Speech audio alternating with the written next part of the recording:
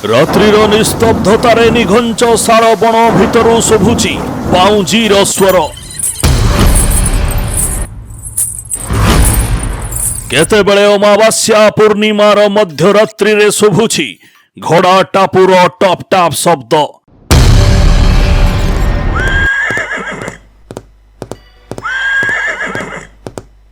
ବେଳେ ବେଳେ ପବନରେ ଭାସି ଆସୁଛି ଘଣ୍ଟ ଘଣ୍ଟା କରତାଳ ଶଙ୍ଖ ଧ୍ୱନି ସହିତ ପୁରୋହିତର ମନ୍ତ୍ର ପାଠ। या देवी सर्वभूतेषु शक्तिरूपेण संस्थिता नमस्तस्यै नमस्तस्यै नमस्तस्यै नमो नमः। या देवी सर्वभूतेषु मातृरूपेण संस्थिता नमस्तस्यै नमस्तस्यै नमस्तस्यै नमो नमः। ଚାରିଆଡ଼େ କର୍ପୂର ଚନ୍ଦନ କସ୍ତୁରୀ ଝୁଣା ସୁଗନ୍ଧ ଅଗରବତୀର ବାସ୍ନାରେ ମହକି ଯାଉଛି ଚତୁଃପାର୍ଶ୍ୱ। ଏମିତି ଘଞ୍ଚ ଅରଣ୍ୟ ଦିନରେ ଯେଉଁଠି ସୂର୍ଯ୍ୟ କିରଣ ମାଟିକୁ ଛୁଇଁ ପାରେ ନାହିଁ, ସେଠି ରାତି ଅଧରେ କାହାର ପୂଜା ହେଉଛି? କିଏ ସେ ଦେବୀ? କଣ ତାଙ୍କର ନାମ? ସ୍ଥାନୀୟ ଲୋକଙ୍କ କହିବା ଅନୁସାରେ ମାଙ୍କର ପୂଜା ପାଠ ସମୟରେ କୁଆଡ଼େ ଜଙ୍ଗଲର ମହାବଳ ବାଘମାନେ ଆରାଧନା କରିବା ପାଇଁ ଚାଲି ଆସୁଥିଲେ, ଆଉ ପୂଜା ସରିବା ପରେ ଜଙ୍ଗଲକୁ ଫେରି ଯାଉଥିଲେ। ଏମାନେ ହେଉଛନ୍ତି ମାଙ୍କର ବାହନ। ଦର୍ଶକ ବନ୍ଧୁ, ଆଜି ମୁଁ ଆପଣମାନଙ୍କୁ ଯେଉଁ ଦେବୀଙ୍କ କଥା କହିବା ପାଇଁ ଯାଉଛି, ସେ ହେଉଛନ୍ତି ଓଡ଼ିଶାର ପ୍ରତ୍ୟକ୍ଷ ଦେବୀ, ଯାହାଙ୍କର ନାମ ସ୍ମରଣ କରି ନଡ଼ିଆଟିଏ ଟେକିଦେଲେ ସର୍ବକାର୍ଯ୍ୟ ସିଦ୍ଧ ହୋଇଯାଏ। ଓଡ଼ିଶାର ପୁରପଲ୍ଲୀରୁ ଦେଶ ବିଦେଶରୁ ଆସି ପହଞ୍ଚେ ଲକ୍ଷ ଲକ୍ଷ ମାନସିକ ନଡ଼ିଆ। ନଡ଼ିଆରେ ଶଙ୍ଖା ଦିପଟ ସିନ୍ଦୁର ଗୁଆ ନାଲି କନାରେ ବାନ୍ଧି ରାସ୍ତା ଉପରେ ଛିଡ଼ା ହେଲେ ଗାଡ଼ିବାଲାମାନେ ଆପେ ଆପେ ନେଇଯାଆନ୍ତି ନଡ଼ିଆ ଓ କେନ୍ଦୁଝର ପହଞ୍ଚେଇ ଦିଅନ୍ତି। ଦର୍ଶକ ବନ୍ଧୁ, ଆଜି ମୁଁ ଯେଉଁ ଦେବୀଙ୍କ ବିଷୟରେ ଆପଣଙ୍କୁ କହିବା ପାଇଁ ଯାଉଛି, ସେ ହେଉଛନ୍ତି ଦୁର୍ଗତି ନାଶିନୀ, ଜଗତ ଜନନୀ, ସିନ୍ଦୁରମୟୀ, ମନ୍ଦାର ମାଳିନୀ, ସର୍ବଦୁଃଖ ହାରିଣୀ ମା ତାରିଣୀ।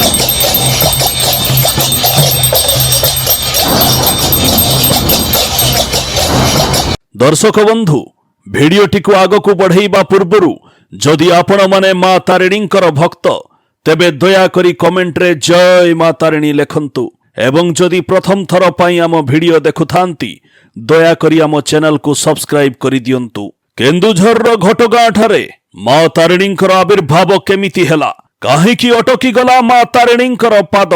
କିଏ ସେ ଭକ୍ତ ଯିଏ ନିଜର ଭାବ ଡୋରିରେ ମାଙ୍କୁ ବାନ୍ଧି ପାରିଥିଲା, ଯାହାର ଆବାହନ କରିବା ମାତ୍ରେ ମା ମନ୍ତ୍ରବତ୍ ଭାବରେ ଚାଲି ଆସିଥିଲେ ତାର ପଛେ ପଛେ? ମା ତାରିଣୀ ଧରା ପୃଷ୍ଠରେ କିପରି ଆବିର୍ଭାବ ହେଲେ, ଆସନ୍ତୁ ଜାଣିବା ଆମ ଭିଡିଓ ମାଧ୍ୟମରେ। ଫେରିଯିବା ତ୍ରେତୟା ଯୁଗକୁ। ଅଯୋଧ୍ୟାର ପ୍ରଭୁ ଶ୍ରୀରାମ ଏବଂ ଭ୍ରାତା ଲକ୍ଷ୍ମଣଙ୍କ ସହିତ ମା ସୀତାଙ୍କ ଅନ୍ୱେଷଣରେ ଚାଲିଥାନ୍ତି ଦୁଇ ଭାଇ। ଘୋର ଅରଣ୍ୟ, ହିଂସ୍ର ବନ୍ୟଜନ୍ତୁ ସ୍ୱାପଦ କୂଳମାନଙ୍କର ଆତଙ୍କ ରହିଥାଏ ଜଙ୍ଗଲ ମଧ୍ୟରେ। ଏମିତି ପରିବେଶ ସତରେ ଦିନ ବି ରାତି ପରି ଲାଗୁଥାଏ। ଦାକ୍ଷିଣାତ୍ୟ ଜଙ୍ଗଲର ଘାସମାନଙ୍କରେ ନିର୍ମିତ ହୋଇଥାଏ ଦୁଇଟି ଆସନ ଓ ଏହା ଉପରେ ବିରାଜମାନ କରିଥାନ୍ତି ଦୁଇ ଭାଇ। ଜଣେ ସୁନ୍ଦର ଶ୍ୟାମଳ ଏବଂ ଅନ୍ୟ ଜଣେ ହେଉଛନ୍ତି ଗୌର ଶରୀରା। ମା ଭଗବତୀ ଆଦ୍ୟା ଶକ୍ତି ସୁବର୍ଣ୍ଣ ବର୍ଣ୍ଣାଭା ଚତୁର୍ଭୁଜ ଶଙ୍ଖ ଚକ୍ରଧାରୀ ସିଂହ ବାହିନୀ ମାତାଙ୍କର ଆବାହନ କରୁଥାନ୍ତି।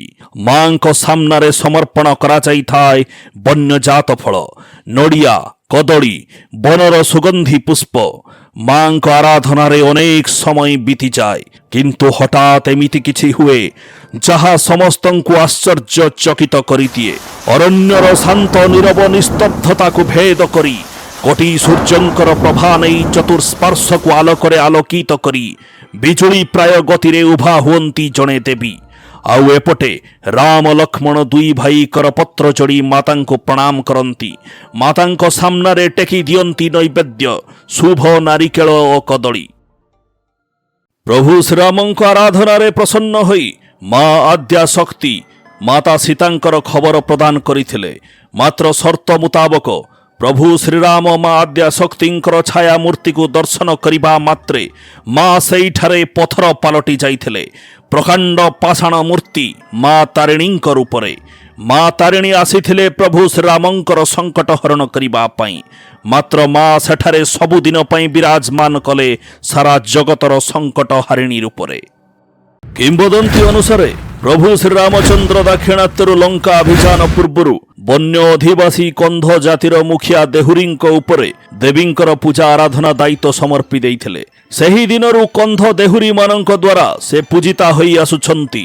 ତେବେ ଦାକ୍ଷିଣାତ୍ୟରୁ ଓଡ଼ିଶା ମା କିପରି ଆସିଲେ? କେନ୍ଦୁଝରର ଶାଳବଣ ସହିତ ମାଙ୍କର କ'ଣ ରହିଛି ସମ୍ପର୍କ? ଦାକ୍ଷିଣାତ୍ୟର ଆରାଧ୍ୟ ଦେବୀ କିପରି ଓଡ଼ିଶାର ପୁରପଲ୍ଲୀରେ ପୂଜା ପାଇଲେ?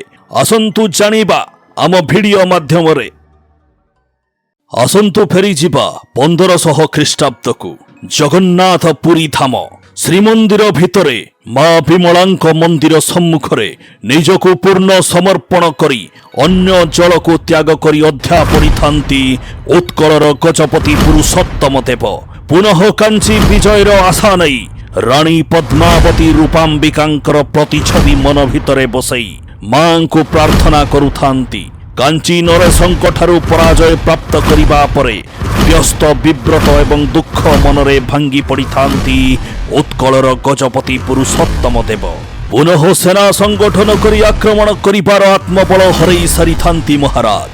କେବଳ ମା ବିମଳା ଭରସା, ପ୍ରଭୁ ଜଗନ୍ନାଥ ଭରସା।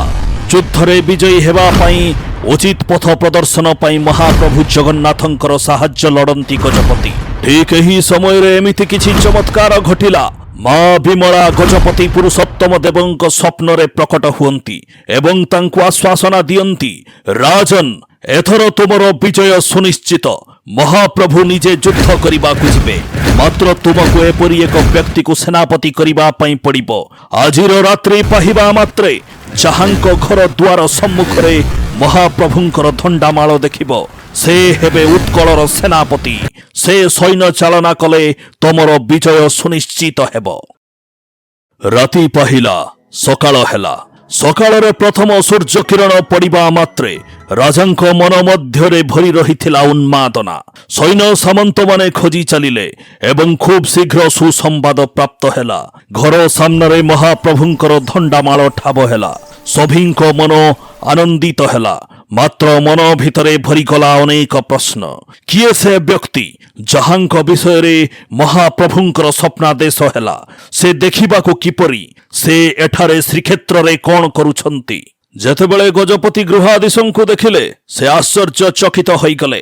ତାଙ୍କର ଦୃପ୍ତ ସିଂହ ପରି ଠାଣି, ଉନ୍ନତ ନାସା, ଆୟତ ବପୁ, ବିଶାଳ ଭୁଜ, ସୁଦୀର୍ଘ ବକ୍ଷ, ବଳିଷ୍ଠ ଚେହେରା, ମଥାରେ ଶୋଭା ପାଉଛି ସିନ୍ଦୁର ଟିକା, ପରମ ମାତୃଭକ୍ତ ପରି ଦୃଶ୍ୟମାନ ହେଉଥିଲେ। ସେ ହେଉଛନ୍ତି ଗୋବିନ୍ଦ ଭଞ୍ଜ, କେନ୍ଦୁଝରର ରାଜା ତ୍ରିଲୋଚନ ଭଞ୍ଜଙ୍କର ଜ୍ୟେଷ୍ଠ ପୁତ୍ର, ରାଜ ପରିବାରର ଦାୟାଦ, ଶରୀରରେ ସମରାଭିଳାଷୀ, ରାଜ ରକ୍ତ ପ୍ରବାହିତ, ଅଦମ୍ୟ ସାହସ, ନିର୍ଭୀକ ଓ ପରାକ୍ରମୀ। ପିତାଙ୍କର ସହ ମନମାଳିନ୍ୟ କାରଣରୁ ସେ ଘର ଛାଡ଼ି ଶ୍ରୀକ୍ଷେତ୍ର ପଳାଇ ଆସିଥିଲେ ଏବଂ ଏହିଠାରେ ସାଧାରଣ ଜୀବନ ଯାପନ କରୁଥିଲେ। ନିଜକୁ ଦେବୀ ଉପାସନାରେ ନିମଗ୍ନ କରୁଥିଲେ ଏବଂ ମହାପ୍ରସାଦ ଖାଇ ଦିନ କାଟୁଥିଲେ। ମାଙ୍କର ସ୍ୱପ୍ନାଦେଶ କଥା ଶୁଣିବା ମାତ୍ରେ ସେ ସେନାପତି ପଦଭାର ଗ୍ରହଣ କରିଥିଲେ। ମହାରାଜ ପୁରୁଷୋତ୍ତମ ଦେବଙ୍କ ମନ ମଧ୍ୟରେ ଭରି ଯାଇଥିଲା ଆନନ୍ଦର ଲହରୀ। ମହାରାଜାଙ୍କ ମାନସ ପଟରେ ବାରମ୍ବାର କୁଠାରଘାତ କରୁଥିଲା କାଞ୍ଚି ନରେଶ ସାଲୁଆ ନରସିଂହଙ୍କର ଗଜପତିଙ୍କ ପ୍ରତି ଅପମାନ ଜନିତ ଶବ୍ଦ। ଜଣେ ଚଣ୍ଡାଳ ହାତରେ ମୋର କନ୍ୟାକୁ ଅର୍ପଣ କରିବି ନାହିଁ। ରଥଯାତ୍ରା ସମୟରେ ପୁରୁଷୋତ୍ତମ ଦେବ ଜଗନ୍ନାଥ ମହାପ୍ରଭୁଙ୍କ ରଥ ସମ୍ମୁଖରେ ଛେରା ପହଁରା କାର୍ଯ୍ୟ କରନ୍ତି। ତେଣୁ ସେ ତାଙ୍କୁ ଚଣ୍ଡାଳ ବୋଲି ସମ୍ବୋଧନ କରିଥିଲେ। ଉତ୍କଳର ଅଶ୍ୱସେନା, ଗଜସେନା, ପଦାତିକ ବାହିନୀ ରଣ ଉନ୍ମାଦିତ ହୋଇ ମାଡ଼ି ଚାଲିଥାନ୍ତି ଆଗକୁ। ହଜାର ହଜାର ହାତୀ ଓ ଲକ୍ଷ ଲକ୍ଷ ଘୋଡ଼ାମାନଙ୍କର ପାଦ ଶବ୍ଦରେ ଦାକ୍ଷିଣାତ୍ୟର ଭୂମି କମ୍ପି ଉଠୁଥାଏ। ସତେ ଯେମିତି ଭୂମିକମ୍ପର ଆଭାସ କରାଉଥାଏ। ଏହା ଉତ୍କଳର ଗଜପତିଙ୍କର ଶୌର୍ଯ୍ୟ ଓ ପରାକ୍ରମକୁ ଦର୍ଶାଉଥାଏ। ସେତେବେଳକୁ ମାଣିକ ପାଟଣାଠାରେ ଜଗନ୍ନାଥ ବଳଭଦ୍ର ମହାପ୍ରଭୁ କଳା ଧଳା ଘୋଡ଼ା ଚଢ଼ି ଗଜପତିଙ୍କର ସୈନ୍ୟବେଶ ଧାରଣ କରି ନିଜର ରତ୍ନ ମୁଦିକୁ ବନ୍ଧା ପକାଇ ମାଣିକ ଗୌଡ଼ୁଣୀଠାରୁ ଦହି ପିଇ କାଞ୍ଚି ଅଭିମୁଖେ ପ୍ରସ୍ଥାନ କରିସାରିଥାନ୍ତି। ଏପଟେ ନିଜର ସୈନ୍ୟ ଦଳ ସହିତ ଆଗକୁ ବଢ଼ି ଚାଲୁଥାନ୍ତି ଗୋବିନ୍ଦ ଭଞ୍ଜ। ସେପଟେ ସାଲୁଅ ନରସିଂହଙ୍କର ସୈନ୍ୟ ସଜ୍ଜା ଅଦ୍ଭୁତ, ଅଦମ୍ୟ, ମଝିରେ ମଝିରେ ହାତୀମାନଙ୍କର ଗଗନଭେଦୀ ସ୍ୱର ପରିବେଶକୁ ଆତଙ୍କିତ କରୁଥାଏ। ଏକାଥରକେ ଲକ୍ଷ ଲକ୍ଷ ଘୋଡ଼ାମାନେ ଶବ୍ଦ କରି ଉଠୁଥାନ୍ତି, ସତେ ଯେମିତି ମହାଭାରତ ଯୁଦ୍ଧର ପୁନରାବୃତ୍ତି ହେବା ପାଇଁ ଯାଉଛି। ଏଠି ସମସ୍ତେ ବଡ଼ ବଡ଼ ଯୋଦ୍ଧା, କେହି କାହାରିଠାରୁ କମ୍ ନାହାନ୍ତି। ଏଇଠୁ ଆରମ୍ଭ ହୁଏ ମା ତାରିଣୀଙ୍କର ଲୀଳା। ଦାକ୍ଷିଣାତ୍ୟର ଜଙ୍ଗଲ ମଧ୍ୟରୁ ହଠାତ୍ ଗୋବିନ୍ଦ ଭଞ୍ଜଙ୍କୁ ଘଣ୍ଟ ଘଣ୍ଟା କରତାଳ ମାଦଳ ମନ୍ତ୍ର ପାଠର ଆବାଜ ଶୁଣାଯାଏ। ଦୂରରୁ ଭାସି ଆସୁଥାଏ ଝୁଣା, କର୍ପୂର, ଚନ୍ଦନ, ସୁଗନ୍ଧି ପୁଷ୍ପର ବାସ୍ନା। ମନ୍ତ୍ରମୁଗ୍ଧ ଏବଂ ଆତ୍ମବିଭୋର ହୋଇ ପଡ଼ନ୍ତି ଗୋବିନ୍ଦ ଭଞ୍ଜ। ହଠାତ୍ ଅଟକି ଯାଏ ତାଙ୍କର ଅଶ୍ୱ। ସେ ଅଶ୍ୱ ପିଠିରୁ ଓହ୍ଲାଇ ପଡ଼ନ୍ତି ଏବଂ ଶବ୍ଦ ଆସୁଥିବା ଦିଗରେ ଆଗକୁ ବଢ଼ନ୍ତି।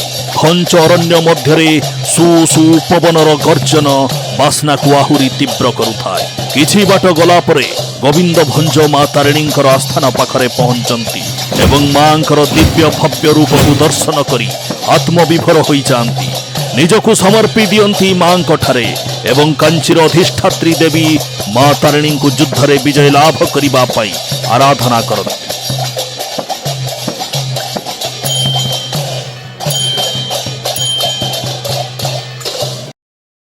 ଏହି ଯୁଦ୍ଧର ପରିଣାମ ସ୍ୱରୂପ ପୁରୁଷୋତ୍ତମ ଦେବ ବିଜୟ ଲାଭ କରନ୍ତି ଏବଂ କାଞ୍ଚିର ନରେଶ ସାଲୁଆ ନରସିଂହ ପରାସ୍ତ ହୁଅନ୍ତି।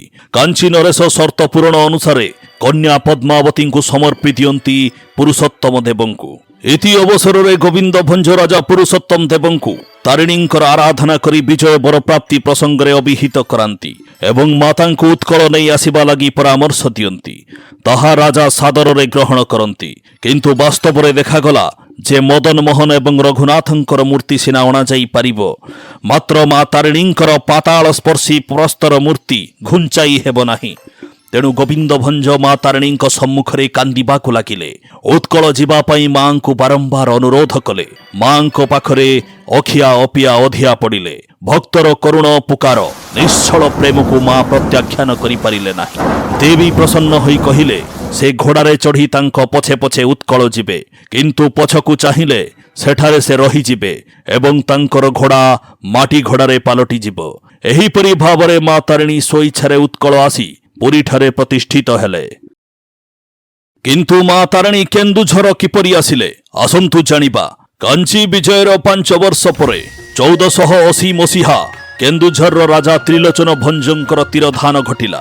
ରାଜା ପୁରୁଷୋତ୍ତମ ଦେବ ଗୋବିନ୍ଦ ଭଞ୍ଜଙ୍କୁ ମହାରାଜ ଉପାଧିରେ ଭୂଷିତ କରି କେନ୍ଦୁଝରର ରାଜସିଂହାସନ ଆରୋହଣ କରିବା ପାଇଁ ପଠାଇଲେ। ସେତେବେଳେ ଗୋବିନ୍ଦ ଭଞ୍ଜ ମଦନ ମୋହନ ରଘୁନାଥ ଏବଂ ମା ତାରିଣୀଙ୍କ ମୂର୍ତ୍ତିକୁ କେନ୍ଦୁଝର ନେବା ଲାଗି ଗଜପତିଙ୍କର ଅନୁମତି ଲୋଡ଼ିଲେ। ପୁରୁଷୋତ୍ତମ ଦେବ ମା ତାରିଣୀଙ୍କର ପ୍ରକାଣ୍ଡ ପାଷାଣ ମୂର୍ତ୍ତିକୁ ସ୍ଥାନାନ୍ତରଣ କରିବା ପାଇଁ ପ୍ରଥମେ ଅସମ୍ମତ ଥିଲେ। ମାତ୍ର ମା ତାରିଣୀ ସ୍ୱୟଂ ସ୍ୱପ୍ନରେ ପ୍ରତିଭାତ ହୋଇ ତାଙ୍କୁ ଆଦେଶ ଦେଲେ ସେ କେନ୍ଦୁଝର ଯିବା ପାଇଁ ହିଁ ଆଗ୍ରହୀ, ଏଣୁ ରାଜା ଗୋବିନ୍ଦ ଭଞ୍ଜଙ୍କୁ ଅନୁମତି ପ୍ରଦାନ କରନ୍ତୁ। ଯାତ୍ରା ପୂର୍ବରୁ ଗୋବିନ୍ଦ ଭଞ୍ଜ ଦେବୀଙ୍କୁ ଆରାଧନା କରି ତାଙ୍କ ମୁଖରୁ ଅଭୟ ବାଣୀ ଶୁଣିଥିଲେ ଯେ ସେ ଘୋଡ଼ାରେ ଯେପରି ତାଙ୍କ ପଛେ ପଛେ ଯେମିତି ଆସିଥିଲେ ସେମିତି ଯିବେ। ପଛରୁ ନୂପୁର ରୁଣୁଝୁଣୁ ଶବ୍ଦ ସେ ଶୁଣିପାରିବେ, କିନ୍ତୁ ପଛକୁ ଚାହିଁଲେ ସେଠାରେ ସେ ପ୍ରସ୍ତର ମୂର୍ତ୍ତି ପାଲଟି ଯିବେ। ଦେବୀଙ୍କ ନିର୍ଦ୍ଦେଶ କ୍ରମେ ଗୋବିନ୍ଦ ଭଞ୍ଜ କେନ୍ଦୁଝର ଅଭିମୁଖେ ଯାତ୍ରା ଆରମ୍ଭ କଲେ। ମା ତାରିଣୀ ଘୋଡ଼ା ପିଠିରେ ବସି ନୂପୁର ରୁଣୁଝୁଣୁ କରି ତାଙ୍କ ପଛେ ପଛେ ଚାଲିଲେ। ବହୁ ପଥ ଅତିକ୍ରାନ୍ତ ହେବା ପରେ କ୍ଳାନ୍ତି ବଶତଃ ମା ତାରିଣୀଙ୍କର ଘୋଡ଼ା କିଛି ସମୟ ଅଟକି ଗଲା। ଆଉ ନୂପୁରର ଧ୍ୱନି ଶୁଣାଗଲା ନାହିଁ। ରାଜା ଉତ୍କଣ୍ଠା ବଶତଃ ପଛକୁ ଫେରି ଚାହିଁଲେ। ତାହା ଥିଲା ଦେବୀଙ୍କର ମନୋବାଞ୍ଛା। ସେହି ସ୍ଥଳରେ ଦେବୀ ଘୋଡ଼ାରୁ ଅବତରଣ କରି ପ୍ରକାଶ କରିଥିଲେ, ରାଜନ୍, ତୁମେ ପଛକୁ ଚାହିଁଲ, ତେଣୁ ମୁଁ ଏଠାରେ ରହିବି। ଏହି ବନରାଜର ନୈସର୍ଗିକ ଶୋଭାରେ ମୁଁ ଅତ୍ୟନ୍ତ ପ୍ରୀତ। ଏହି ଶାଳଗଛ, ସୁନ୍ଦର ଝରଣା ଅତ୍ୟନ୍ତ ମନମୁଗ୍ଧକର। ଏହା ହେବ ମୋର ବାସସ୍ଥଳୀ। ତମେ ନିର୍ବିଘ୍ନରେ ରାଜଗାଦି ଆହରଣ କରି ପ୍ରଜା ପାଳନ କର। ମୋତେ ସ୍ମରଣ କଲା ମାତ୍ରେ ମୁଁ ତୁମକୁ ସମସ୍ତ ବିପଦରୁ ଉଦ୍ଧାର କରିବି। ସେହି ଦିନଠାରୁ ମା ତାରିଣୀ ଘଟଗାଁ ଠାରେ ଅବସ୍ଥାନ କରି ଆସୁଛନ୍ତି ଏବଂ ଭକ୍ତମାନଙ୍କର ସଙ୍କଟ ହରଣ କରୁଛନ୍ତି ମା ତାରିଣୀ ସଙ୍କଟ ହାରିଣୀ ରୂପରେ। କାଞ୍ଚିର ଅଧିଷ୍ଠାତ୍ରୀ ଦେବୀ ମା ତାରିଣୀଙ୍କର ପୂଜକ ଥିଲେ କନ୍ଧ ସମ୍ପ୍ରଦାୟର ଲୋକମାନେ। ତେଣୁ ମହାରାଜ ମାଙ୍କ ସେବା ପାଇଁ କାଞ୍ଚିରୁ କିଛି ପୂଜକ ପରିବାରକୁ ଆଣି ଏଠାରେ ଗ୍ରାମ ପ୍ରତିଷ୍ଠା କରାଇ ରଖିଥିଲେ। ପୂର୍ବ ରୀତିନୀତି ଭଳି ମାଙ୍କର ପୂଜାପାଠ ସେହିପରି ସମ୍ପାଦିତ ହେଇ ଆସୁଛି। ତେବେ ମୋ ସହିତ କୁହନ୍ତୁ, ଜୟ ମା ତାରିଣୀ।